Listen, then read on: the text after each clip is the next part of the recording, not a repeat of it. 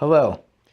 Today we're talking about a new system developed by Carolon for the treatment of venous stasis ulcers, related venous edema, and edema also formed by other etiologies as well, period. The Carolon sleeve wrap comes in a box as shown here. There is a sizing chart on the side of the box, so it's easily selected for the appropriate size.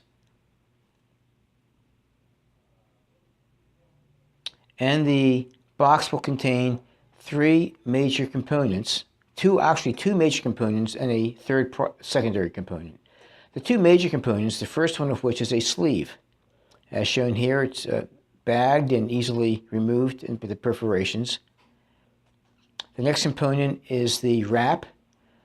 Most of the compression is all through the wrap itself. The sleeve only has 5 millimeters of compression, so all of the compression therapeutically applied is through one layer of the wrap. And then the third component are these Velcro strips used to keep the sleeve wrap in place.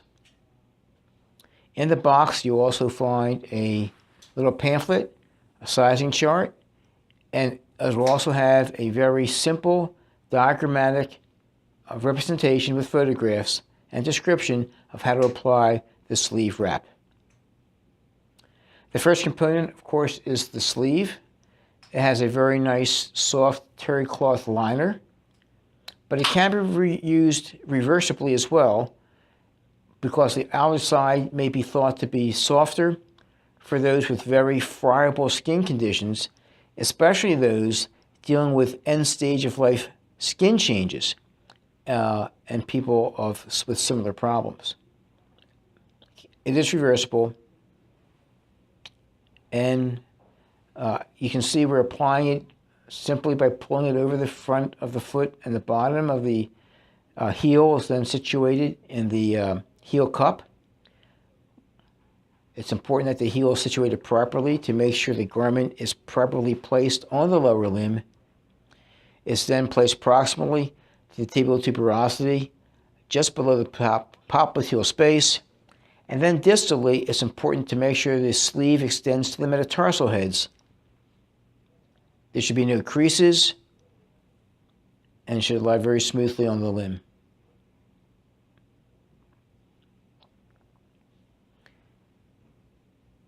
The elastic wrap is designed to work with the program.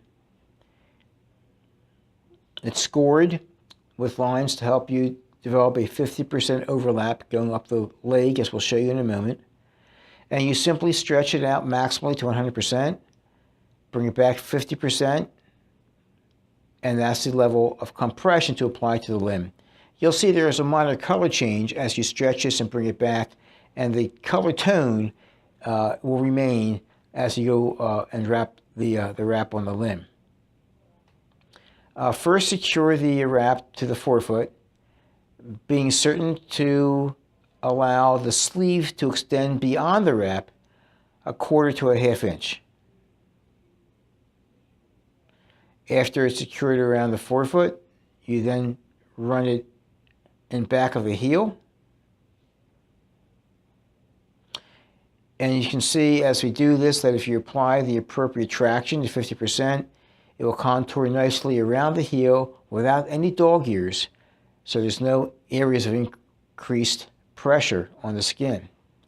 Come around the top of the ankle, the bottom of the heel to secure the bottom of the foot around the heel, and then the back of the heel and the ankle to secure the back of the heel.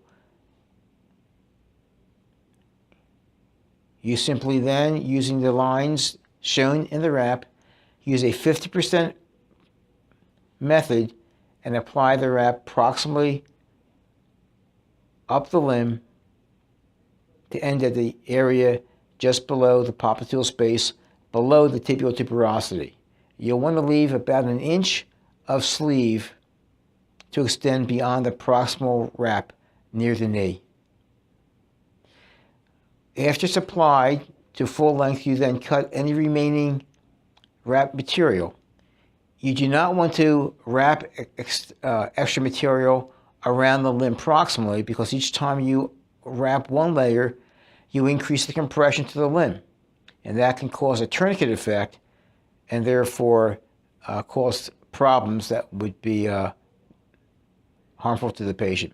So simply cut the extra material, and then this wrap is secured simply with these Velcro strips that were designed specifically for this wrap material. They will not slip and keep the wrap in place. You can then fold back the proximal edge of the sleeve so you have a nice smooth finish and a nice smooth edge, and that's the system. It's simply applied and very fast. Some practitioners may want to use the Velcro strips around the ankle. I like to use them, but other providers don't. It's really a matter of choice, depending on how your patients respond. There are 3 strips, 2 which are designed to go around the back of the ankle and back of the malleoli to the bottom of the midfoot.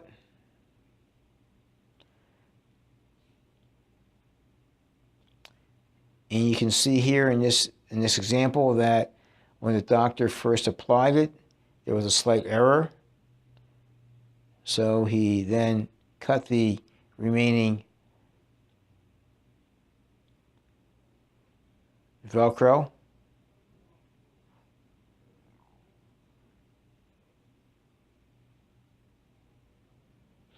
But it's really better if the Velcro plantarly extends into the non-weight bearing area of the arch. Also, you can see here that if you apply a posterior strip, that the strip can go distally enough underneath the heel. So realizing this, the physician will readjust the Velcro strips, which can easily be done with this system. Other systems are not adjustable, but this can be.